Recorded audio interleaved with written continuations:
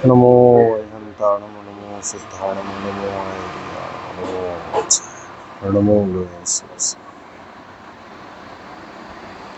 मंगलम भगवान् वीरो मंगलम गौतमगणि मंगलम कुंद कुंदाद्यो जैन धर्मोस्तु मंगलम सर्वमंगल मांगल्यम सर्वकल्याणकारिकम प्रधानं सर्वधर्माणां जैनं जयतु शासनं जैनं जयतु शासनं जैनं जयतु शासनं।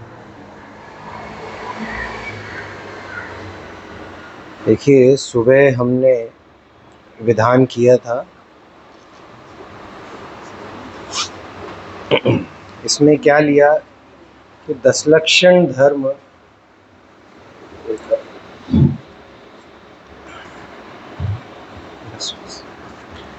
के 10 लक्षण धर्म। सबसे पहले तो जो एक जनरल बातचीत करते हैं कि 10 लक्षण धर्म क्या है, 10 लक्षण धर्म एक धर्म है कि 10 धर्म है, ये सब बातें होती हैं कि आज उत्तम क्षमा धर्म का दिन है, कल उत्तम मार्दव धर्म का दिन होगा, फिर आर्जव धर्म का दिन होगा। इस प्रकार से ये सब चर्चाएं तो चलती हैं, ठीक है, चलनी भी चाहिए। जो नए व्यक्ति हैं उनको ये सब चीज़ों का खबर होनी भी चाहिए कि धर्म का स्वरूप कैसा है, धर्म कितने प्रकार का है, 1 है, 10 है, कितने हैं, ठीक है, ये सब बातें तो अपनी जगह ठीक है। परंतु जो एक स्वाध्याय जीव को सब चीज में समझने वाली बात है वो ये है कि 10 लक्षण आते क्यों हैं, क्यों आते हैं 10 लक्षण। 10 लक्षण धर्म, देखिए, एक नैसर्गिक क्रिया होती है। वो नैसर्गिक क्रिया क्या है कि हम और आप दैनिक स्वाध्याय करते हैं, परंतु कुछ जीव ऐसे होते हैं जो नहीं कर पाते 10 लक्षण के अलावा और दिनों में स्वाध्याय, ना दैनिक स्वाध्याय कर पाते हैं। कुछ का इतना पाप का उदय होता है जो दैनिक रूप से जिन मंदिर भी दर्शन हेतु नहीं जा पाते। तो उन सब की दृष्टि से एक नैसर्गिक व्यवस्था है कि 10 लक्षण धर्म साल में 3 बार आते हैं। अब जो ये 10 लक्षण धर्म साल में 3 बार आते हैं वो आते हैं एक तरीके से क्रैश कोर्स की तरह। क्रैश कोर्स समझते हैं आप? क्रैश कोर्स उसको बोलते हैं जैसे कि कुछ बच्चे होते हैं जो थोड़े इंटेलिजेंट होते हैं और उनका कुछ कोर्स छूट गया हो, तो जो ट्यूशन टीचर होता है वो बोलता है कि हम थोड़े समय में पूरा कोर्स कवर अप कराएंगे, आप लोग उस बैच में आ जाओ। उसको कहते हैं क्रैश कोर्स।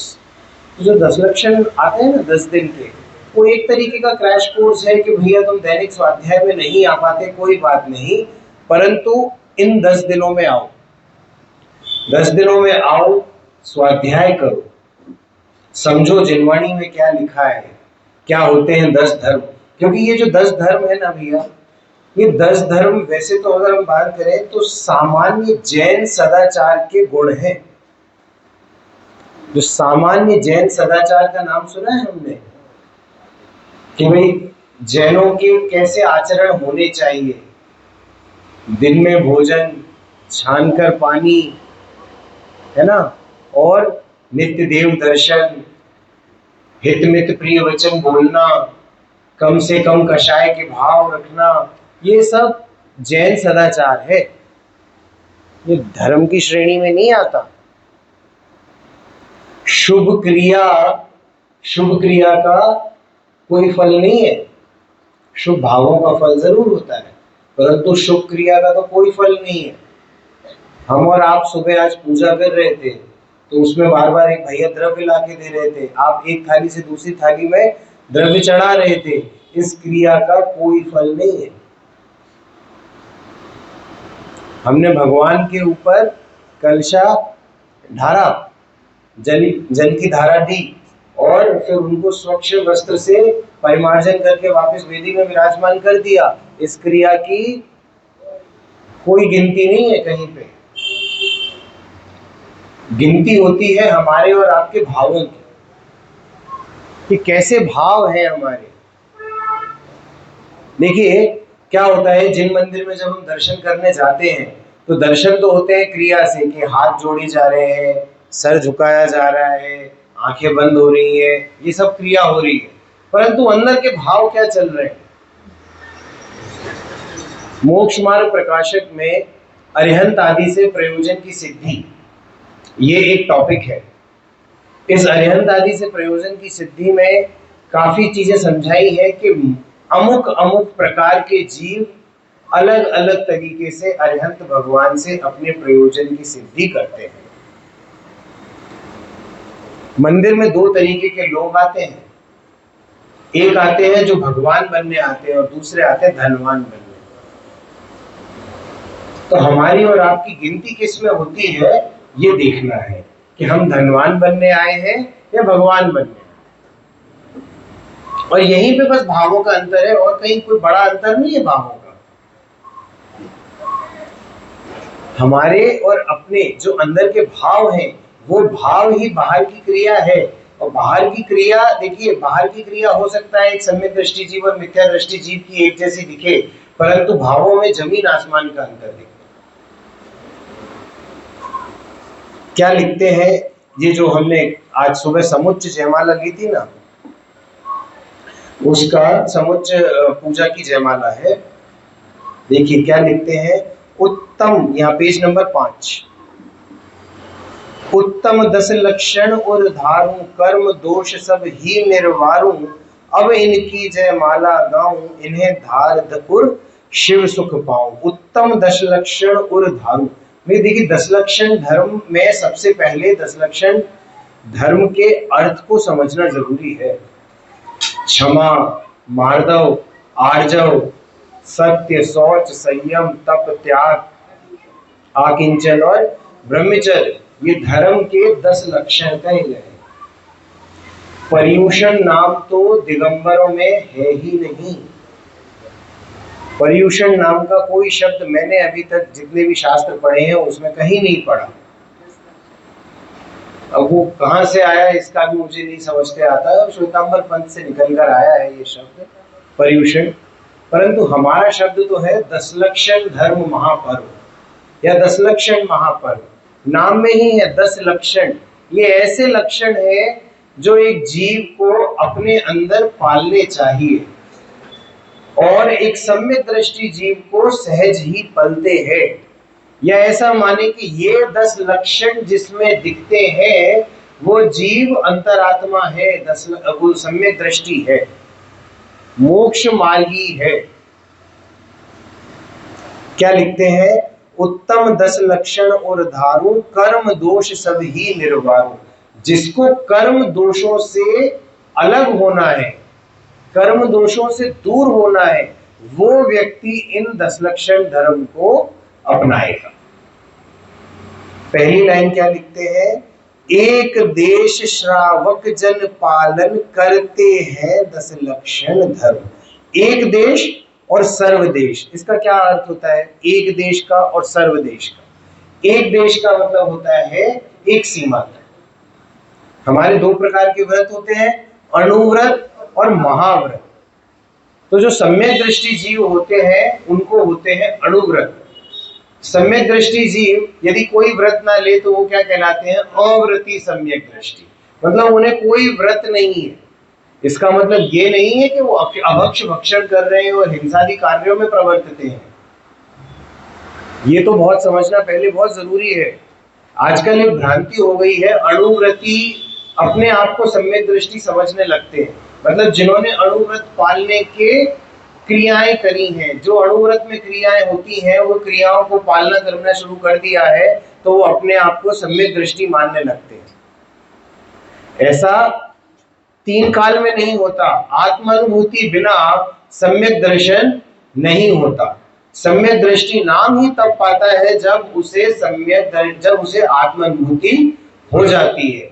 आत्मा का अनुभव होना बहुत जरूरी है। इस बात का भान होना बहुत जरूरी है कि मैं जीव हूं, और ये मैं जीव हूं जब इस बात का अनुभव स्वयं में होता है तब वह जीव सम्यक दर्शन संज्ञा पाता है, सम्यक दृष्टि कहलाता है।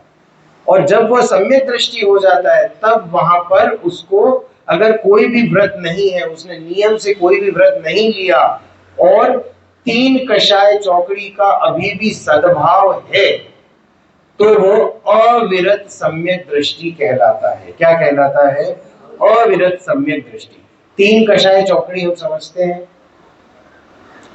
देखिए लोग कम है तो मेरा थोड़ा भाव आया कि मैं इस बात को बताऊं, क्योंकि ये एक देश और सर्व देश में थोड़ा समझने वाली बात है। क्या होता है, जब जीव मिथ्या दृष्टि होता है तब उसके 4 कषाय पलती। कौन कौन सी 4 कषाय होती हैं? अनंतानुबंधी, अप्रत्याख्यानावरण, प्रत्याख्यानावरण और संज्वलन। इस प्रकार 4 कषाय पलती हैं और इन 4 कषायों के 4 उपभेद हैं। क्या क्या है? क्रोध, मान, माया, लोभ। ठीक है, तो 4 चौक 16, ऐसे 16 ये कषाय होती हैं। और उसके अलावा 9 कषाय होती हैं। हास्य, रति, अरति, शोक, भय, जुगुप्सा और स्त्री वेद, पुरुष वेद और नपुंसक। ठीक है, अब यहां पर क्या होता है, दर्शन मोहिनी का नाम सब लोगों ने सुन रखा है। मैं जहां तक मानता हूं, जो जीव दोपहर का अपना आराम छोड़कर आया है, इसका मतलब वो नित्य स्वाध्यायी है, इसलिए थोड़ा सा इस बात को मैं ले रहा हूं। दर्शन मोहिनी जो कर्म होता है उसके उपभेद होते हैं मिथ्यात्व, सम्यक मिथ्यात्व और सम्यक प्रकृति। ठीक है, और चारित्र मोहिनी के ये 25 भेद होते हैं जिनके अभी आप लोगों ने नाम लिए। अनंतानुबंधी, क्रोध, मान, माया, लोभ और ये बाकी के अप्रत्याख्यानावरण, प्रत्याख्यानावरण, संजुलन और ये 9 कषाय। ठीक है ना? तो जब जीव को सम्यक दर्शन का काल आता है, इस बात को हम थोड़ा रात में और अच्छे से समझेंगे, थोड़ा आसान भाषा में योग सार को लेके हुए समझेंगे, लेकिन अभी करणान योग के विषय से देखते हैं। तो जब जीव को सम्यक दर्शन का काल आता है तो उसको दर्शन मोहिनी की जो प्रकृति होती है 3, कौन कौन सी? मिथ्यात्व, सम्यक मिथ्यात्व और सम्यक प्रकृति और अनंतानुबंधी, क्रोध, मान, माया, लोभ, इन 7 प्रकृतियों का उपशम होता है। उपशम का मतलब होता है, हाँ जी, नहीं, अनंतानुबंधी दर्शन मोहिनी का है। वैसे चारित्र मोहिनी के भेद हैं, जब हम लेते हैं यहाँ पर सम्यक दर्शन में, तो चारित्र मोहिनी के ये 4, चारित्र मोहिनी के 4, अनंतानुबंधी, क्रोध, मान, माया, लोभ और दर्शन मोहिनी के ये 3, तो ऐसे टोटल 7। हाँ, तो जो दर्शन मोहिनी के 3 और ये जो 4, ऐसे टोटल 7 का जीव को ऑटोमेटिकली उपशम होता है। उपशम का मतलब होता है, कर्म आते हैं ना, कर्म की उदयावली होती है। उदयावली का मतलब होता है कि कर्म, एक एक कर्म उदय में आता है, तो उसकी एक श्रृंखला होती है। आप जब क्रमबद्ध पर्याय समझते हैं तो प्रत्येक पर्याय के आने का समय निश्चित है, हर समय में एक एक पर्याय आती है, तो ऐसे उसकी श्रृंखला होती है, लाइन से आती है। तो जब लाइन के बीच में गैप क्रिएट हो जाता है, गैप का मतलब उस उतने काल में दर्शन मोहिनी की 3 और ये चारित्र मोहिनी की 4 प्रकृतियों का उदय नहीं होता, उस काल में जीव को सम्यक दर्शन होता है। उतने काल में वो जीव उपशम सम्यक दृष्टि कहलाता है। ठीक है, और उसके पश्चात फिर उपशम सम्यक दृष्टि से वो क्षयोपशम सम्यक दृष्टि या छायक सम्यक दृष्टि, जैसे उसके भाव है और जैसे उसका भवितव्य है वो उसमें हो जाता है, या फिर वो वापस मिथ्या दृष्टि हो जाता है। ठीक है, अभी हम मानते हैं कि वो क्षयोपशमिक सम्यक दृष्टि हो गया और वो चतुर्थ गुण स्थान में है। अब चतुर्थ गुण स्थान में वो सम्यक दृष्टि जीव है, अब उसे आत्मा की अनुभूति हुई है और वो हर 6 महीने में एक बार तो उसको कम से कम आत्मा की अनुभूति होती है। इस प्रकार का वो सम्यक दृष्टि जीव जब हो गया है, उस सम्यक दृष्टि जीव को एक भी व्रत नहीं पल रहा, तो वो कहलाता है अविरत सम्यक दृष्टि। इतना हम समझते हैं, अविरत सम्यक दृष्टि। और इसको अगर कर्म की दिशा से देखें तो उसको अप्रत्याख्यानावरण का अभी उदय चल रहा है और अप्रत्याख्यानावरण के उदय के निमित्त से उसके ऐसे भाव नहीं होते कि उसे व्रत लेने के भाव आए। इतना हम समझते हैं ना? इसमें कोई दो राय तो नहीं है। क्यों? क्योंकि देखिए, सम्यक दर्शन एक अलग विषय है। सम्यक दर्शन है श्रद्धा का विषय, है ना? सम्यक दर्शन क्या है? श्रद्धा का विषय है। और यहाँ पर जो व्रत है वो है चारित्र का विषय। ठीक है, तो ये कहना बिल्कुल भी उचित नहीं है कि सम्यक दृष्टि है तो व्रती नहीं होगा। सम्यक दृष्टि है, परंतु व्रती ना व्रती होना ये उसके आगे की बात है। सम्यक दर्शन में कोई रुकावट नहीं पैदा होती। अब सम्यक दर्शन उसे हो गया। माता जी को थोड़ा फ्री कर दीजिए, थोड़ा विघ्न आ रहा है।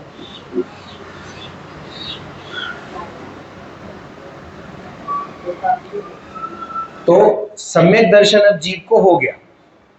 ठीक, अब सम्यक दर्शन के पश्चात जब जीव की और विशुद्धि बढ़ती है, आत्मानुभूति जब और आनंद ही आनंद बढ़ता है अंदर, आत्मानुभूति की जब समय बढ़ता है आत्मानुभूति का, तो जीव के कर्मों में जब उलट पलट होती है और उन्हें अप्रत्याख्यानावरण कषाय का भी उपशम होता है, क्षयोपशम होता है, तब क्या होता है? तब जीव को व्रत लेने के भाव आते हैं। और जब उसे व्रत लेने के भाव आते हैं तब उसके जो व्रत है वो क्या कहलाते हैं? अणुव्रत कहलाते हैं। क्या कहलाते हैं? अणुव्रत। और वो जो अणुव्रत है ना, वहां पर ये लाता है कि एक देश श्रावक जन पालन करते हैं 10 लक्षण। श्रावक नाम पंचम गुण स्थानवर्ती, पंचम गुण स्थानवर्ती श्रावक और चतुर्थ गुण स्थानवर्ती श्रावक। चतुर्थ गुण, हाँ बोलिए आप क्या?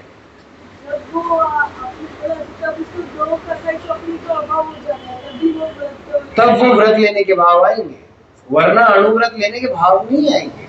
पंचम गुण स्थान व्रती स्त्री भी हो सकते हैं और पुरुष भी हो सकते हैं, परंतु वो पंचम गुण स्थान व्रत होगा ही तब जब उन्हें ये दो कषाय चौकड़ी का अभाव होगा, अनंतानुबंधी और अप्रत्याख्यानावरण।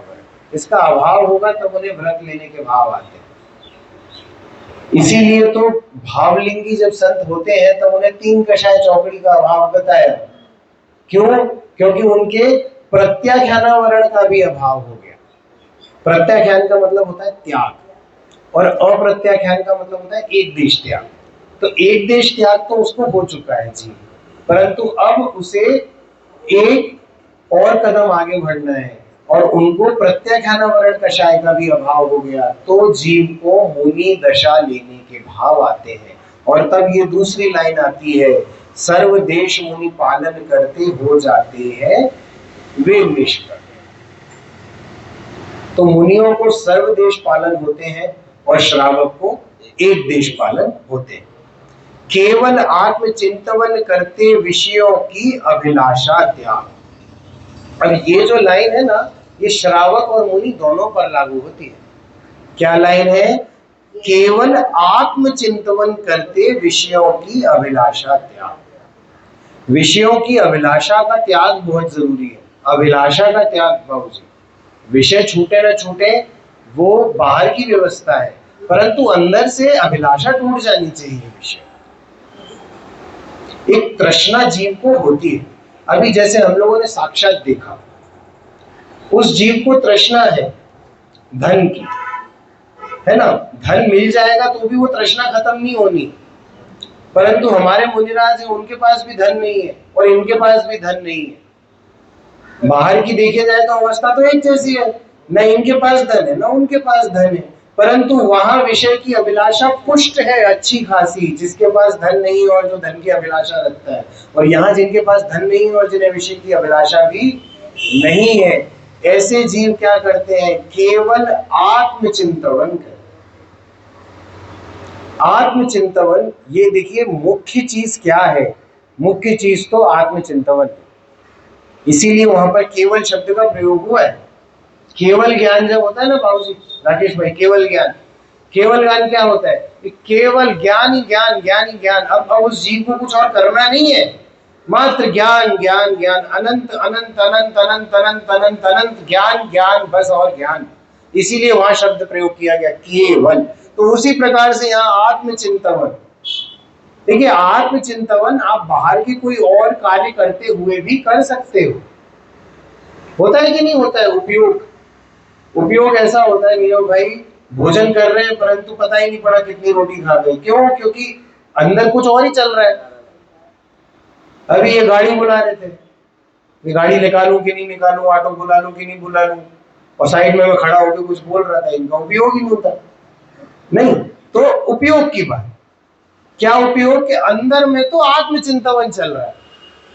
अब बाहर कोई भी चल रही है, व्यवस्था तो चल रही है। भरत चक्रवर्ती की 96,000 रानियां हैं तो हैं। अब 96,000 रानियों को डिवोर्स देने थोड़ी बैठ जाएंगे कि मैं तो भैया सम्यक दृष्टि हूँ, मैं नहीं पालूंगा 96,000 रानियां। 96,000 रानियां हैं, बाहर की जैसी व्यवस्था है। देखो मैं आपको एक बात बताऊं, 63 शलाखा के पुरुष सभी के सभी सम्यक दृष्टि होते हैं भैया। और अगर आप उनके बाहर के ये विषय भोग गिनने बैठ जाओ ना कि कितने क्या उनके पास व्यवस्थाएं हैं, आज के बड़े से बड़े अरबपति की व्यवस्थाएं भी उनके छोटे से छोटे मंत्री बराबर नहीं होंगी। इतनी इतनी बाहर सुख सुविधाओं के साधन रहते हैं, परंतु अंदर क्या चलता है? केवल आत्मचिंतन करते और विषयों की अभिलाषा त्याग। जैन धर्म की कहानियों में एक जगह विवरण आया है, भरत चक्रवर्ती अष्टमी और चतुर्दशी को वो और स्वयं उनकी सब रानियां सफेद वस्त्र धारण करके छत पे बैठते थे अपने महल की और तत्व चर्चा करते थे। तो ऊपर से देव निकलते थे तो उनको ऐसा लगता था कि आर्यिका माताओं का संग बैठा हुआ है। इस तरह की व्यवस्था होती है सम्यक दृष्टि जीव की। सम्यक दृष्टि जीव ना भी हो, परंतु सम्यक सन्मुख अगर जीव है, उसकी भावना इतनी प्रबल है कि मैं आत्मानुभूति करूं, उसके भी ऐसे परिणाम होते हैं कि निरंतर आत्मचिंतन वो बुद्धिपूर्वक करता है। सम्यक दृष्टि को अबुद्धिपूर्वक रहता है, परंतु सम्यक सन्मुख जीव बुद्धिपूर्वक आत्मचिंतन में तत्पर रहता है। एक क्षण भी वेस्ट करने जैसा नहीं है भाई। 10 लक्षण में केवल 3 टाइम का स्वाध्याय नहीं है। निरंतर सुबह से रात तक आपकी जो भी क्रियाएं चले ना, उस सब में एक ना एक बार ऐसा चिंतन आना चाहिए कि यहाँ पर गेय कौन है, गाय कौन है, यहाँ पर कौन है, स्व कौन है। ऐसी भेद की दृष्टि दिन भर में 1-2 बार तो आनी चाहिए, तब जाके ये लाइन हम पर घटित हो पाएगी। केवल आत्मचिंतन करते विषयों की अभिलाषा त्याग। निरारंभ मुनिवर होते हैं, तिल तुष तक भी कभी न राग। आरंभ परिग्रह से तो अत्यंत दूर रहते ही है, तिल तुष तक भी कभी न राग। तिल का दाना कितना छोटा सा होता है, और तुष, तुष किसको कहते हैं? छिलका, घास, कण को कहते हैं तुष। जो कण होते हैं ना, छोटे छोटे कण, उनको तो इतने कण से भी उन्हें कोई राग नहीं। छोटे बच्चे होते हैं ना, छोटे बच्चों को पत्थर इकट्ठे करने का शौक होता है, रंग बिरंगे पत्थर। मेरी छोटी बिटिया है 6 साल की, तो कलरफुल रॉक्स देख के बोलती है पापा रख ले, पल्स जैसे लग रहे हैं। मैं कह रख लो बेटा, जब अपने आप बुद्धि आएगी एक दिन तुम पत्थर समझ के खुद ही फेंक दोगी, रख लो। और ये आपकी और हमारी दशा है कि हम रंग बिरंगे पत्थर इकट्ठे कर रहे हैं, है कि नहीं?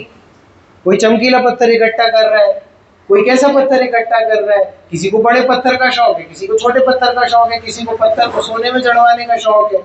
हम और आप तिलतुष में ही लगे हुए हैं, उन्हीं से हमारा राग नहीं टूट रहा। तो शरीर से राग टूटना तो बहुत दूर की बात रही है। ऊपर रख लीजिए, टेबल पे रख लीजिए उसको, हाथ से जाती है।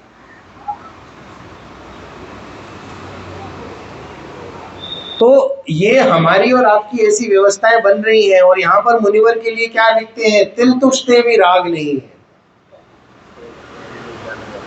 हम चमकीले पत्थर इकट्ठे करने में लगे हुए हैं। पीले रंग अच्छे लगते हैं, कभी सफेद रंग अच्छे लगते हैं, कभी लाल रंग अच्छे लगते हैं। आजकल तो टाइटेनियम ज्वेलरी का शौक आ गया। देखिए धन तो बहुत है, अब खर्च करने के साधन ढूंढते हैं जी।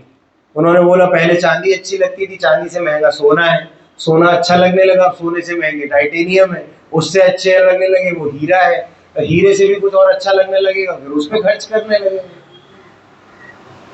कोई आता है बोलते हैं कि सब उनके पर्स 2 करोड़ रुपए का पर्स लेके घूम रहे हैं, 3 करोड़ रुपए का पर्स लेके घूम रहे हैं, कोई बोलता है पर्स चोरी कर लो तो ही जीवन बन जाएगा। ये सब मतलब आप ये देखिए, जिसको जिसमें राग है उसकी दृष्टि उसी जगह पर जाती है। अब एक बार मेरी नानी के यहाँ पर कोई नेताजी आए थे, तो वो ऑडी कार में आए। तो अब देखिए, जिस जिसकी जीव की दृष्टि जैसी जैसी थी उसने उस वैसा आकलन किया। अब जिसको नेताजी में शौक था तो वो तो नेताजी के पैरों में पड़ गए, जिनको नेताजी के संग फोटो खिंचाना था वो नेताजी के आसपास जरूर डोल रहे थे, पैर भले ही नहीं छुए लेकिन इस जगह पे घूम रहे थे कि नेताजी की फोटो खींचेंगे तो मेरा फोटो संग में खींचेगा। और किसी किसी को तो नेताजी की गाड़ी में इंटरेस्ट था, नेताजी चले गए वो गाड़ी में हार गए। देखे ना हमने, कुछ लोग गाड़ी पे ही खड़े हुए हैं, वो सेल्फी ले रहे हैं गाड़ी के संग। तो तुम्हारी जहां दृष्टि होगी तुम्हारा मन उसी तरफ भागेगा। तुमको चमकीले पत्थर इकट्ठे करने हैं तो वो चमकीले पत्थरों पे दृष्टि जाएगी, और तुमको गायक में इंटरेस्ट है तो तुम्हारी दृष्टि गायक की तरफ। वही लिखते हैं, निरारंभ मुनिवर होते हैं तिल तुष तक से भी न राग, आत्म ध्यान में रत रहते हैं परम तपस्वी श्री मुनिराज। अब मुनिराज शब्द आ गया, परम तपस्वी, आत्म ध्यान, क्या देखने को मिल रहा है हम सब लोगों को? वाणी तक का भरोसा नहीं हो रहा है यहाँ पर। तो फेसबुक व्हाट्सएप पे जाने क्या क्या देखने को मिल रहा है। और मैं आपको बताऊं, 10 लक्षण में प्रबल हो जाती है कषाएं। सबसे ज्यादा कषाएं 10 लक्षण में देखने को मिलती हैं। भांति भांति के लोग आते हैं, भांति भांति की जिज्ञासाएं आती हैं, और भांति भांति के परिणाम होते हैं उनके, उस प्रकार से उत्तर निकलते हैं। और उत्तर के अब जैसी भाषा वैसी, मैं तो बोलता हूँ जैसा मन होता है वैसी वाणी निकलती है। तो जैसे मन में शब्द है वैसी वाणी में आ जाते हैं। और यहाँ तो लिखा हुआ है कि आत्म ध्यान में रत रहते हैं, केवल 10 दिनों में नहीं रहते भाई, ये उनकी दैनिक चर्या है आत्म ध्यान। एक भावलिंगी मुनिराज को 28 मूल गुण पालन करने का भाव नहीं होता। 28 मूल गुण सहज में पालन हो जाते हैं, और अच्छी भाषा का प्रयोग करें तो 28 मूल गुण उनका जीवन है, लिख के पालन नहीं करने। कभी इस बात का ध्यान रखना पड़ता है कि चलो अब चल रहे हैं, अपने को चलना है तो अब चलो ईर्ष्या समिति देखें, अब बोलने बैठे हैं तो चलो भाषा समिति देखें। अरे उनकी क्रियाओं से 28 मूल गुण निकल कर आए हैं, 28 मूल गुणों से उनकी क्रियाएं नहीं बनी है। कहां पर आए हैं 28 मूल गुण, मुझे बताइए, कहां लिखे आए हैं? केवल ज्ञान की वाणी में आए हैं। अब केवल ज्ञान में क्या आता है? केवल ज्ञान में, केवल ज्ञान में वो आता है जो होता है, जो हो चुका होता है, जो हो रहा होता है, और जो होने वाला होता है, वो सब केवल ज्ञान में आता है। तो अरिहंत भगवान के ज्ञान में एक भावलिंगी मुनिराज की पूरी क्रियाएं आज तक, मतलब पूरे अनंत काल से लेकर अनंत काल तक जितनी भी क्रियाएं हुई होंगी वो सब उनके ज्ञान में आई होंगी, और वो जो क्रियाएं उनके ज्ञान में आई होंगी उस हिसाब से 28 मूल गुण बताए होंगे। उस 28 में से कोई 29वीं क्रिया नहीं होगी, अगर हुई होती तो वो 29वीं क्रिया भी केवल ज्ञान में आती। एक भावलिंगी मुनिराज के बारे में बात कर रहा हूं। उसी प्रकार से अरिहंत के कितने गुण? 46 गुण, सिद्ध के 8 गुण, आचार्य जी के 36 गुण, उपाध्याय जी के 25 गुण, और साधु जी के 28 गुण। ये सारे जितने भी गुण बताए ना, ये क्या अनंत काल से अनंत काल तक उन्हें जो दिखा वो बताया। कहीं कुछ कोई कच्चा चिट्ठा लेके बैठा है ना कोई चित्रगुप्त? अरे कोई चित्रगुप्त नहीं बैठा भैया, ये जो ज्ञान में दिखा वो उन्होंने बोला, इसीलिए 28 मूल गुण पालन नहीं करते। 28 मूल गुण उनका जीवन है। आपकी दिनचर्या क्या है बाबूजी? सुबह उठते हैं, फला काम करते हैं, फिर दुकान जाते हैं, फिर सामायिक करते हैं, फिर भोजन करते हैं, फिर ये करते हैं, फिर वो करते हैं। दिन भर में हम किसी पे क्रोध नहीं करते। ये हमारा दैनिक, हमारा स्वभाव ही ऐसा है कि हमें क्रोध नहीं आता। कोई हमें कुछ उल्टा सीधा भी बोल जाता है, हम हंस के टाल देते हैं। तो ये क्या है? ये आपका दैनिक जीवन है, ये आपकी दैनिक क्रिया है। तो उसी प्रकार से 28 मूल गुण उनकी दैनिक क्रिया है। 28 मूल गुण पालन करने के लिए अगर बताने हम और आप बैठ गए तो किस बात के मुनिराज पे? तो ये जो 10 लक्षण है ना, ये भी उनका दैनिक चिंतन है। ये दैनिक चिंतन है। 12 भावनाएं, 12 भावना बोलते हैं कि मुनिराज 12 भावनाओं का चिंतन करते हैं। तो ये चिंतन उन्हें नित्य चिंतन चलता है 12 भावनाओं का, कि चलो भैया 10 बज गए, अब 12 भावनाओं के चिंतन का टाइम है। ये नहीं करना, निरंतर निरंतर। जब तक अंतर में ध्यान है तब तक तो निर्विकल्प दशा है, कोई बात ही नहीं। मैं मुझ में रहने वाला हूं पर मैं मेरा विश्राम नहीं, तब तक तो ये अंदर का काम अंदर में चल ही रहा है। यदि बाहर आ गया, अब उपयोग एक समय तक ही अंदर टिकता है, नहीं टिक पा रहा ज्यादा, बाहर आ गया उपयोग, बाहर आ गया तो बुद्धिपूर्वक 12 भावनाओं का स्तवन करेंगे। और जो भी स्तवन करते हैं उसका उद्देश्य रहता है वापस आत्मानुभूति में उतर जाना, और कोई उद्देश्य नहीं रहता मुनिराज के जीवन में। मुनिराज के जीवन में अगर कोई और उद्देश्य रहा तो मुनि धर्म खंडित हो जाएगा। कोई देखिए, गृहस्थों के आसपास इसीलिए मुनिराज रहते नहीं है, क्योंकि परिणाम बहुत जल्दी विचलित होते हैं। इसीलिए गृहस्थों के आसपास केवल 2 समय में रहते हैं। एक तो आहार के समय गृहस्थ के पास होते हैं, या फिर गृहस्थ कोई उपदेश लेने आए तो रहते हैं, बस। उसके अलावा उन्हें गृहस्थों से कोई लेना देना नहीं है। और आज के परिवेश में भी यदि अपनी गति सुधारनी है, और जो इस प्रकार का वेश रखे हुए हैं उनको गृहस्थों से कम मतलब रखना चाहिए। आपने खुद ने देखा होगा, आपके जो भी जीव थोड़े से संयमी हो जाते हैं, जिनको वाकई आत्मा की रुचि होती है, वो घर की क्रियाओं में ज्यादा इंटरेस्ट नहीं लेते। उनका भोजन हो गया, वो अपने मस्त है। दुकान पे भी बैठे राकेश भाई तो भी कोई खास उन्हें चिंतावन नहीं रहता दुकान का, वो अंदर में ही मस्त रहते हैं। चल रही है दुकान, चल रही है, नहीं चल रही है, नहीं चल रही है।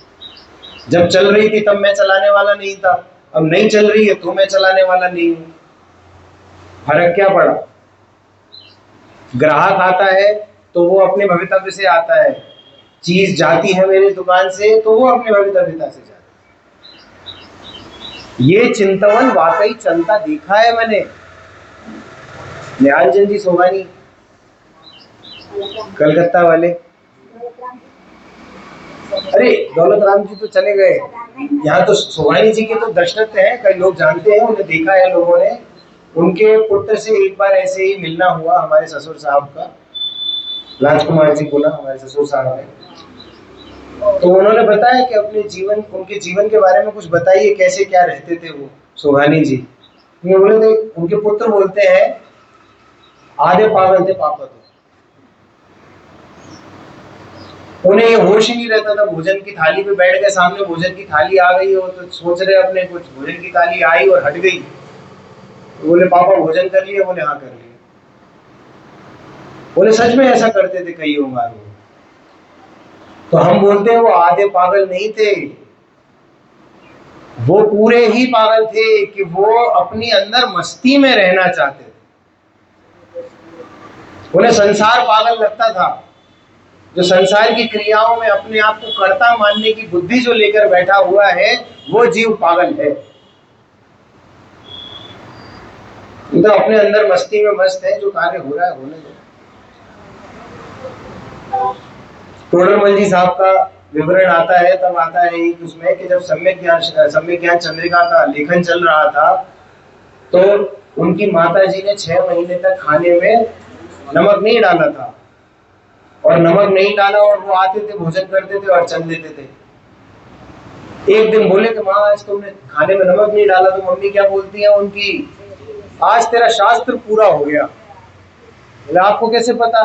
बोले मैं तो 6 महीने से नहीं डाल रही थी नमक, 6 महीने से भोजन में नमक नहीं डल रहा, और जीव को इस बात का विकल्प तक नहीं आ रहा कि भोजन कैसा है क्या है। इसको कहते हैं केवल आत्मचिंतन। ये होती है मुनिराज की परिणति, ये होती है सम्यक दृष्टि की परिणति। केवल आत्मचिंतन और कोई मतलब नहीं संसार से।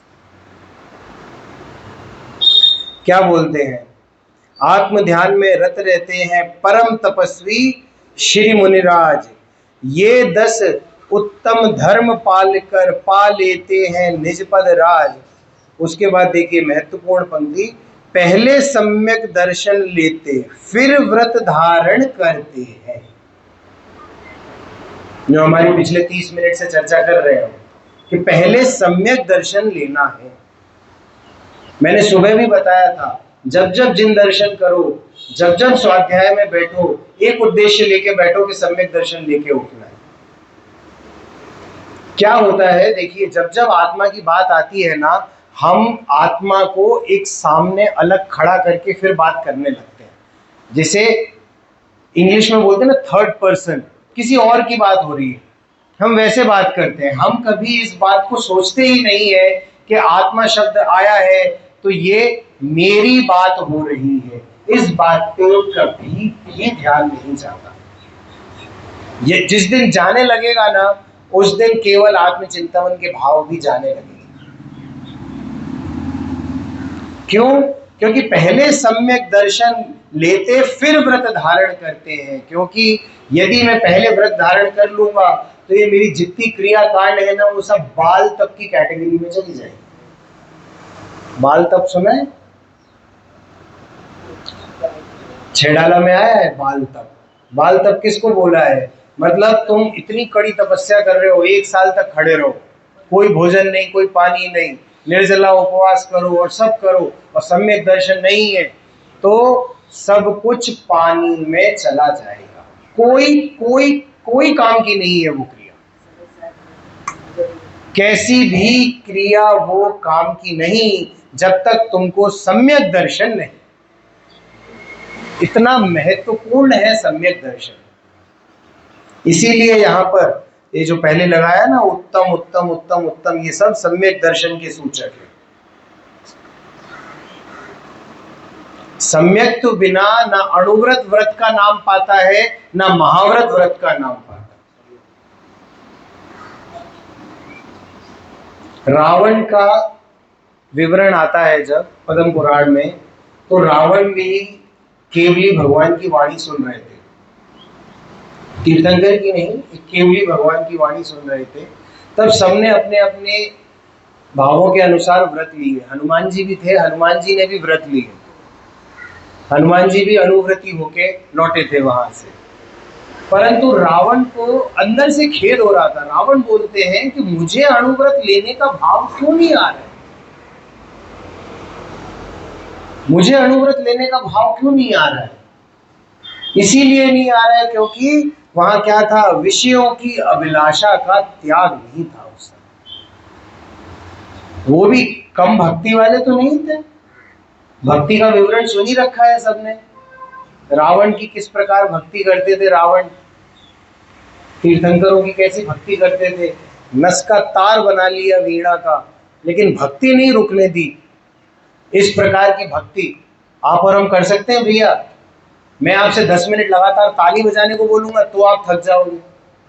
और इस प्रकार की भक्ति, कितनी उत्कृष्ट क्रिया कर रही होने, कितनी तबीयत से भक्ति करी होगी, परंतु फल क्या निकला? शून्य। क्यों शून्य निकला? क्योंकि सम्यक दर्शन बिना कोई कार्यकारी नहीं। क्या लिखते हैं? पहले सम्यक दर्शन लेते फिर व्रत धारण करते हैं, माया मोह विनाश शीघ्र ही निज अनुभव रस भरते हैं। स्वपर विवेक बिना सम्यक दर्शन का होता कभी न नाम। सम्यक दर्शन स्वपर के विवेक के बिना नहीं हो सकता। सम्यक दर्शन कैसे होता है? समय सारची में स्वपर भेद विज्ञान बताया कि नहीं, स्व और पर का भेद विज्ञान वो ही होता है सम्यक दर्शन। स्व और पर का भेद कैसे करते हैं नीरव भाई?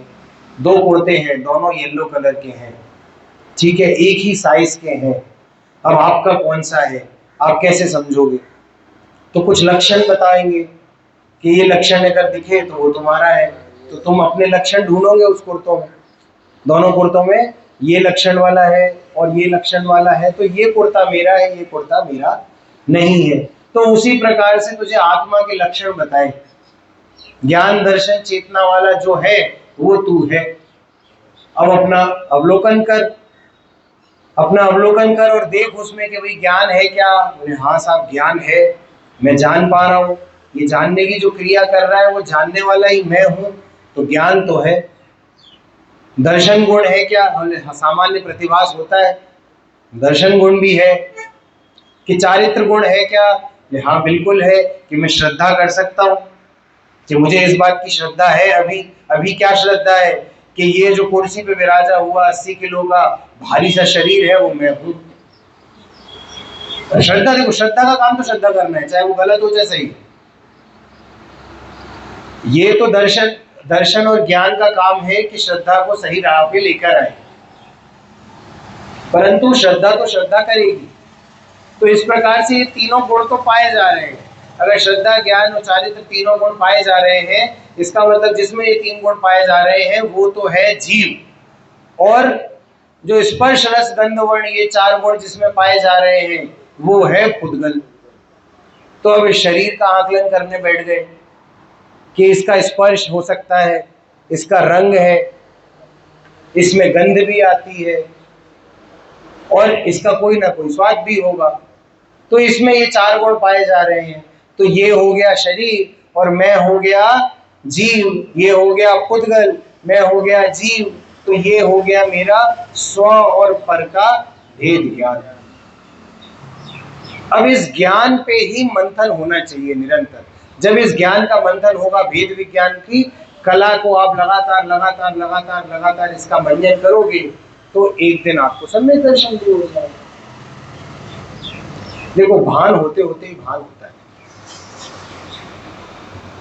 एमबीबीएस की पढ़ाई होती है, 4 साल की होती है, 4 साल एमबीबीएस की पढ़ाई कर ली और 4 साल एमबीबीएस की पढ़ाई करने के बाद एग्जामिनेशन हुआ। अब एग्जामिनेशन में ये दोनों भाई बैठे और दोनों भाई में से ये पीले कुर्ते वाले फेल हो गए और ये लाल टी शर्ट वाले पास हो गए। तो डॉक्टर किसको बोलोगे? कि जो पास हो गया।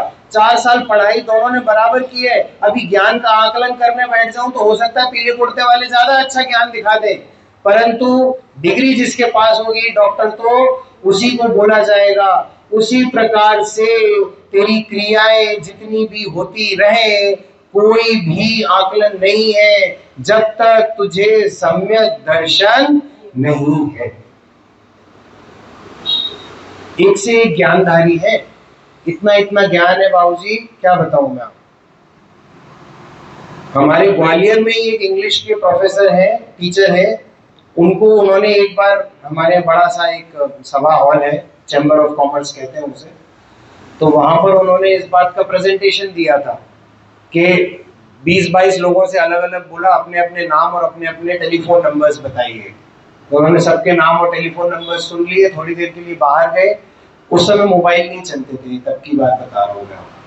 फिर अंदर आए और उन्होंने सबके नाम जिस सीक्वेंस में थे उस सीक्वेंस में नाम सहित फोन नंबर सुना दिए सबके। अरे खूब तालियां गड़गड़ गई साहब उनके लिए, पेपर में नाम आ गया और सब क्या क्या क्या क्या क्या क्या हो गया। तो इतना इतना ज्ञान का उवाड़ है जीवों का, परंतु यदि उस ज्ञान का सदुपयोग कर करके तूने स्व पर भेद विज्ञान नहीं किया तो वो ज्ञान कोई कार्यकारी नहीं है। आज वो ज्ञान है, कल वो बूढ़ा हो जाए तो ऐसी स्थिति हो जाती है कि अभी जो 1 मिनट पहले बात बोली वो भी भूल जाता है कि मैंने क्या बोला। हाई कोर्ट के जज थे एक हमारे अंकल जी, 10-10 साल पुराने स्टेटमेंट याद रहते थे उन्हें, क्या जजमेंट दिया था मैंने 10 साल पहले। और जब मरणासन अवस्था हो गई तो 2 महीने मरने से 2 महीने पहले जब हम मिलने गए तो वो 5 मिनट पहले कही हुई बात भी भूल जाने लगे। एक चीज उनने समझ ली, हमने बोल दिया बाबूजी ये ऐसे ऐसे होगा आपका ये काम, ठीक है। ये कैसे होगा, मैंने अभी तो बताया था। बोले अच्छा बताया था, सच कह रहा हूँ भैया। मतलब दया आती थी उस समय पे हमें उन्हें देखकर कि ये वही जीव है जिसको 10 साल पुरानी बात याद रहती थी, आज 5 मिनट पुरानी बात याद नहीं रह पा रही है। तो भैया तू ज्ञान का सदुपयोग नहीं करेगा, भेद विज्ञान नहीं करेगा, तो हमारा और आपका ज्ञान भी ऐसा ही हो जाएगा। त्रेंच गति का और निगोद गति के ज्ञान की तो बात ही क्या करें, इस प्रकार का ज्ञान रह जाएगा। स्वपर विवेक बिना सम्यक दर्शन होता कभी न नाम। सम्यक दर्शन नहीं होगा जब तक तो स्वपर भेद विज्ञान नहीं करेगा। मेरा क्या है और पर क्या है, इस बात का आंकलन होना बहुत जरूरी है। और इसमें देखिए, इसकी एक पीछे लीजिए, समकित जोग जप तप व्रत संयम सब ही भवदति तारण, और बिन समकित के जब तप व्रत सब कर्म बंद के ही कारण। सबसे लास्ट दोहा देखिए, उसमें क्या लिखा है, बिना समकित के जितना भी व्रत जप संयम है वो सब बंध का कारण है, और समकित सहित होगा तो वो मोक्ष का कारण है। ठीक है। और यहां पर देखिए, जैसे अगर इकाई हो तो शून्य सभी होते बलवान, और बिना इकाई शून्य शून्य है सभी जानते हैं गुणवान। चेक लिखो 1 करोड़ का, और एक मिट जाए तो कितने करोड़ का चेक। बिल्कुल, ये तो सार्थक देखते हो ना आप क्या बोलते हो, बिंदी चाहे कितनी भी लगा लो लेकिन एक पहले लगा देना, उसके बाद जितनी बिंदी लगाओगे सब बिंदियों की अपनी अपनी वैल्यू है, परंतु अगर एक सामने से गायब हो गया तो कोई बिंदी की वैल्यू नहीं रही। उसी प्रकार से ये इकाई है, सम्यक दर्शन इकाई है। अगर सम्यक दर्शन नहीं हुआ और तुम आगे बढ़ते चले गए तो कोई काम का नहीं तुम्हारा दुनिया का। ज्ञानचंद जी साहब हमारे नाना ससुर हैं, जब उनका अंतिम समय निकट था तो हम उन्हें देखने गए थे। जिस दिन वो गए उससे 2 दिन पहले की बात बता रहा हूं, विदिशा वाले। तो ज्ञानचंद जी साहब बोल बंद हो गया था उनका, केवल इशारों से ही बात बता पाते थे अपनी, और पूरी तरीके से बेड रेस्ट पे थे। तब एक ब्रह्मचारी बहन आई व्यवहार पक्ष की। ज्ञानचंद जी प्रचलित थे, देखिए मितभाषी बहुत थे, किसी से द्वेषपूर्ण बात नहीं करी। जब भी स्वाध्याय में बैठे 4 लोगों को जोड़ते ही थे वो, कभी अलग नहीं होने दिया किसी को। तो इसीलिए उस तरफ के लोग भी उनकी बात सुनते थे। तो व्यवहार तरफ की एक ब्रह्मचारी बहन आई उनको देखने, बोले पंडित जी कैसे हो। तो पंडित जी ने हाथ दिखा दिया, ठीक है, सब बातचीत हो गई। फिर बाहर गई तो बोलती है पंडित जी का गुणस्थान बढ़ाओ, मुनिव्रत दिलवा दो, गुणस्थान बढ़ाओ उनका। तो हम सब लोग बैठे थे, हमारे ससुर साहब बैठे थे, मुकेश जी, पंडित जी मुकेश जी, विनोद जी सब बैठे हुए थे। मुस्कुरा के जाने दिया उनको, परंतु हमें ये लगा कि वहां किस प्रकार से स्वाध्याय को बताया जाता है। ये कपड़े उतारने का नाम गुणस्थान बढ़ाना हो गया, पंडित जी का गुणस्थान बढ़ा दो, इनके कपड़े उतार दो बस। अगर ऐसे ही गुणस्थान बढ़ता तो त्रेंच गति के जीव तो सब ऊंचे गुणस्थान वाले हो, और हम सब नीचे गुणस्थान वाले हो, तो कपड़े पहनते ही नहीं बेचारे। तो क्या सोच लेकर बैठते हैं हम जब स्वाध्याय करते हैं। स्वाध्याय जब भी करने बैठो भैया, भेद ज्ञान की भावना मन में लेकर बैठो, वरना तुम्हारी सभी क्रिया कांड पानी में जाने वाली है, कोई मतलब की नहीं रहेगी।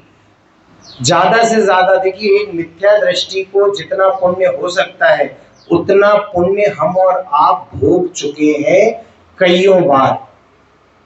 एक मिथ्या दृष्टि जीव को जितनी भी पुण्य सामग्री मिल सकती है उतनी पुण्य सामग्री हमें और आपको कईयों बार मिल चुकी, परंतु उसका कोई भी मूल नहीं है। क्यों नहीं है कोई भी मूल्य उसका? क्योंकि कोई हमने सम्यक दर्शन लिया नहीं, कोई हमें सामग्री मिल भी गई, हमें दिव्य ध्वनि सुनने को मिल गई। आपको क्या लगता है आपने और हमने दिव्य ध्वनि नहीं सुनी थी तीर्थंकर भगवान की? अरे कईयों बार सुनी है, परंतु ये स्वपर भेद विज्ञान की भावना से नहीं सुनी ना, इसीलिए कभी कार्यकारी हुई नहीं, और आप और हम आज यहाँ पर उड़व में आकर के बैठ गए। अंतिम यहाँ इसका लेता हूं, यही धर्म है श्रेष्ठ लोक में यही मोक्ष के 10 सोपान, और इन पर क्रम क्रम से चढ़ने पर प्राणी पा लेते हैं निर्वाण। देखिए धर्म के ये 10 लक्षण बताए गए हैं। क्या ये धर्म के 10 लक्षण हैं? ये आत्मा के 10 लक्षण हैं। ये आत्मा के लक्षण है। कौन सा धर्म है बाहर जहां क्षमा दिख रही है?